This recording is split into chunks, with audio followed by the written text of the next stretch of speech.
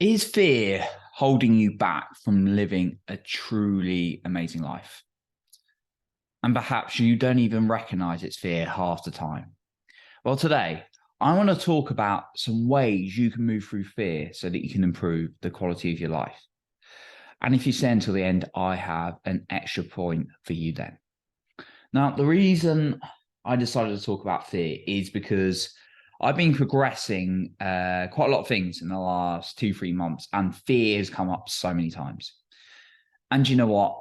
From my studies, from learning all of this, and obviously talking about self-esteem and confidence, and coaching many clients on this, I'm aware that fear is something that never goes away. Yeah, it doesn't stop it coming up and being challenging for me because we're all human at the end of the day, and fear is always going to come up. Now, the advantage I've had, considering where I am now to perhaps a few years back, when perhaps I would let it stop me, is that I realized that anything great I've got has always come on the other side of fear. Now, this is thrown about in the personal growth world so much, and maybe you've heard this before, but when you're in the moment of fear, of being scared of something, and never judge yourself for what you're fearful of, right?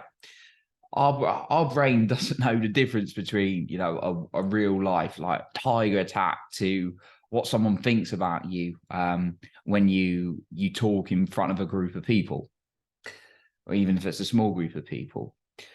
Fear can create the same feelings in both circumstances. Obviously, with the tiger attack, you have this whole kind of running scenario that your brain will get you into. Yeah, fear is created in so many ways in this day and age. Now, for me, I'm going through really pushing myself through a couple of really personal things that have been challenges for me, and I've recognized that I've had one or two blocks recently, and it's always an ongoing process. Personal development and working your self-confidence and self-esteem. Now, the thing is, I've got enough belief that I can go through it. And, I love myself enough to give myself a chance. And even when fear shows up, I will push through it. And I want you to do the same as well. Because I've had things that I've overcome and I've done it in the past. We're all different. What fear is for you, it may be different for me. And I may be fearful of some things that you're very confident in, and I may be confident in things you're fearful of, right? We're all different. Or maybe there's some crossovers, right? Now, I remember a point where I was scared of public speaking. I even say my name in a meeting, and I pushed myself. I did various things. We could go into strategies, and I became a lot more confident publicly speaking. Now, if you were to put me in front of 10,000 people, I'd be petrified, absolutely, 100% live in front. Obviously, I've talked to probably that many people on my podcast, but if you put me in front of a audience of people, that'd be terrifying. That'd be terrifying. Now, I remember being terrified also of things like dating, approaching the girl in the bar, or things like that. And those are things I worked on, even though they've been scary even more recently. And socializing was another one. Going on video was another one. These are things that I've pushed through. Now, some of those I've said I'm more confident than others. Now, making a video, I'm very confident in because I do it time and time again. Now, I wanted to really share this today because I want to tell you that there is no person who has zero fears. My mentor, Joseph McClendon, said it amazingly. He said, there are no fearless people, but there are people who fear less. And they fear less because they do something about it. And I'm not talking about if you're scared of heights going for a skydive. Let's be logical and work our way through it. I'm talking about the fact that to become stronger, to become more confident, there's things you're going to have to do that are uncomfortable. And you hear that so many times in the personal growth world. Yeah, so little people actually do it.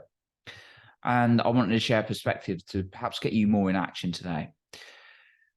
The more you grow, the more life will be a challenge. When you realize fear will never go away, it's always something you're going to have to deal with, then that's when you can start embracing it. You start dancing with it. When I was at a Tony Robbins event at UPW, I saw him dancing around. He did a demonstration when he's dancing around with the cameraman who was fear. He said, you can't fight it. You got to dance around with it. You've got to play with it, treat it, because it's your brain trying to keep you safe and it's not recognizing what a true fear is.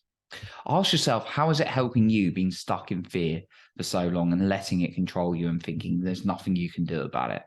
Because there is something you can do about it, and it's ruining your life and it's potentially ruining other people's lives. And I was there as well. I was letting it ruin my life, socializing opportunities, going for sporting opportunities I wanted, held myself back for so many years.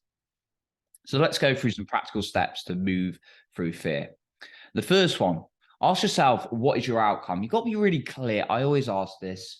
What is it you want? Okay, we're not talking, we're ignoring the fears, we're ignoring the negative feelings, we're ignoring what you don't want. We're talking about, what do you want? What is your outcome? And I like to divide it into 5 areas: my physical health, my emotional health, my spiritual health, meaning what I contribute and grow with and what brings me alive, my relationships in multiple ways, and my wealth / business / career area of my life, right? What is it you want in those areas if you're struggling to kind of narrow it down? So first of all, know what you want. The second point is ask yourself, what are the fears that are holding you back? And be very, very honest with yourself. Don't lie to yourself. Be very truthful about what is it that fear, what are the fears actually coming up? Is it the fear of failure, the fear of rejection? What is it that's coming up? The next one, what's the pleasure you could get on the other side? What is going to be the pleasure? And I suggest getting this and writing it down. If you're not able to write now, do it later. But again, don't just listen to this and be inspired. You've actually got to do something to make movement in your life. What's the pleasure if you overcome the fear? Because then that starts giving you a driver. Now, we've done the first 3. So what is your outcome you're trying to do? What's the fear in the way? And what's the pleasure? So you've got some kind of thing, really feel into it. What would be life like? What would life like be? Let me say that again. What would life be like if you really pushed through the fear, right? Like I just did then, right? I messed up in what I was saying. I do that sometimes on the podcast. And people filter all this because they got so much fear of judgment. I want to do things like that and occasionally slip up on my words. And that wasn't deliberate, of course. Of course not. Of course it wasn't. See, I'm doing it again without even realizing it. I've had a long day. People are so fearful of judgment. How do you do that? You go out and do things where you may be judged on, and then you keep doing it again and again and again, and that can really, really help. Now, obviously, going through these steps as well is going to help. So we talked about what's the outcome, what's the fear, and what's the pleasure if you overcome it. Now, most cases are going to be kind of transparent. And what I've noticed, when someone's got a pleasure, they're like, oh, I'd love to go on a date with that person, or I'd love to earn that amount of money, or I'd love to get that job promotion. Yes, the fear is usually too strong, right? Fear of rejection, fear of failure, all those kind of things will come in. And often those feelings are stronger than the pleasure. So therefore, if the pain's more painful, it's not going to drive us forward. Unless the pleasure is something really, really we want and the pain's less, then we won't move forward. And then the fourth thing, now this is where it really comes into play. This is absolutely key, is you're going to add another kind of pain. But this is going to be pain that's going to drive you towards where you want to go. You may have heard of the carrot or the stick analogy. So either we're chasing after the carrot, which is the pleasure, or we're running away from the stick, which is pain. And most human beings, from multiple people in the field I've listened to and heard about, and from actually watching people in day-to-day life and my own behavior, most people are more driven by the pain, to get away from pain, right? So if that's the case, that makes sense why we don't go after what we want if there's a fear attached to it. So then what do? We create a different stick. We create a more painful stick, something that's going to move us forward, and it's going to really, really fire us up. And what's that? It's the fear of regret, the fear of not changing. And I want to be as open as possible. I'm making this podcast as much as I am for you, for me as well right now, because I'm talking to myself through some challenges I've really got to push myself through. And it's always good to remind myself, whilst I can share this with other people as well. Ask yourself, what is the pain of not changing? I've been doing this for very recently, right? It's moved me into action. Imagine if you let the fear of rejection, the failure, all those kind of things hold you back. What's life going to be like? And as someone who works in sales, I see this a lot as well. What's life going to be like? Because people they want something, and then the fear of money gets in the way. And the biggest regret I've ever had is not investing into things I wanted because I was fearful of, it might not work out and I've used some money. Well, guess what? I wasted the money anyway. And that's what most people do. So ask yourself, what's going to be the pain of not taking action? 1 year time, going to be same spot, maybe 2 years, 3 years, same spot. What about 5 years time? 5 years time, like, what age could you be? Where would you be?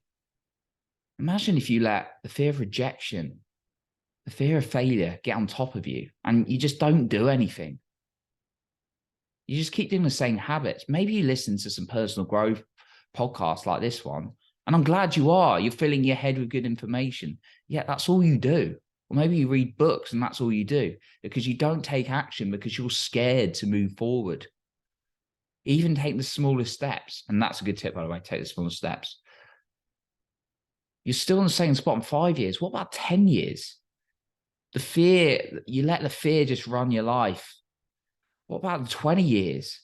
What about in 30 years?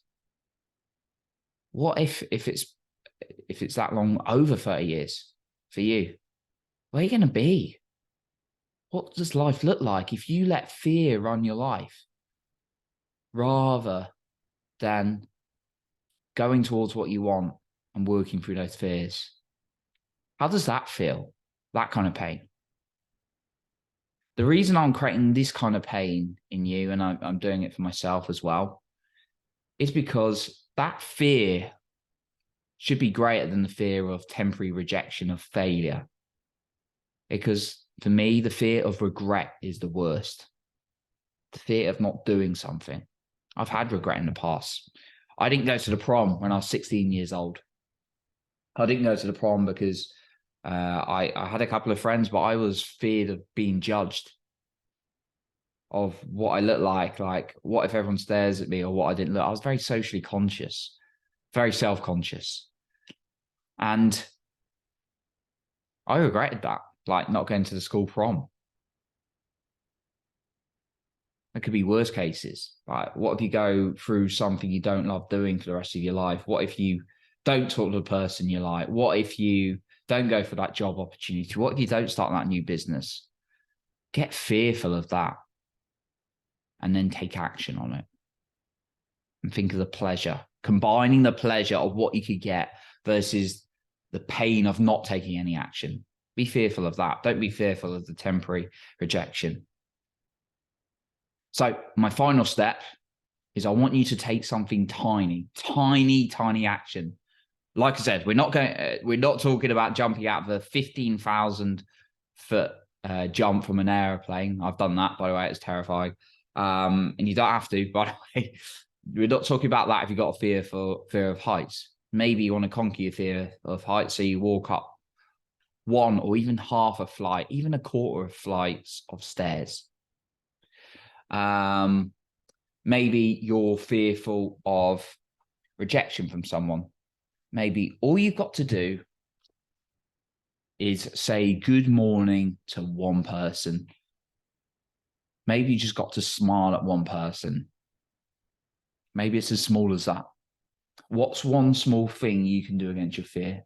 Maybe it's sending an email, a brief email to someone. Maybe it's just sending a text message to someone. What's one small thing? And when you do it, don't forget to pat yourself on the back and praise yourself, because you're telling your nervous system to do more of it. So I've got a final point for you as well. And I just want to appreciate you for being here today. This is a subject that I'm really, really keen on. I'm very passionate about the idea that, like, it holds people back. They have the story that they're special because they're the only ones with fear. right? Now, there are certain, obviously, severe fears, admittedly, that hold people back in serious cases like phobias and stuff, and you can get professional help. But I'm talking about things that people just created in their heads, the stories, and it's not allowing them to do anything. So I knew it was a really important subject to remind. It's always good to remind yourself, but I wanted to remind you as well.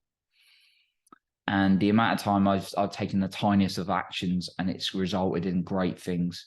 I just volunteered to say one thing in a meeting once.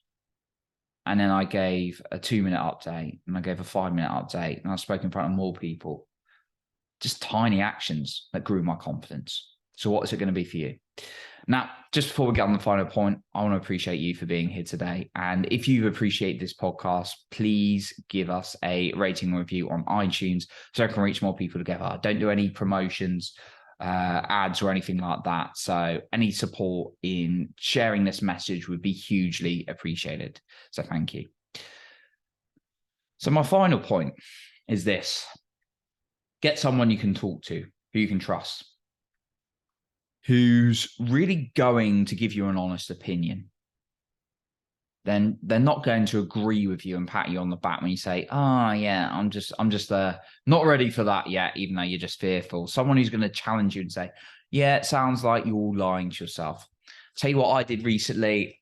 When I realized there's the fear there, I know my ego, which is the part of the brain that's trying to protect you, and that is not the part, if you fully live from, that you're going to be happy and fulfilled in life.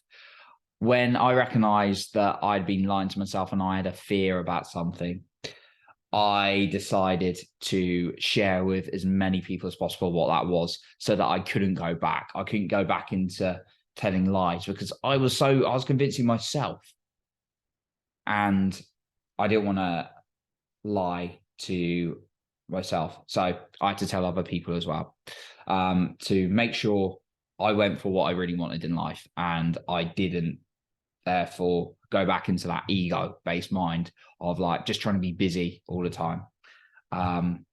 So find someone you can trust.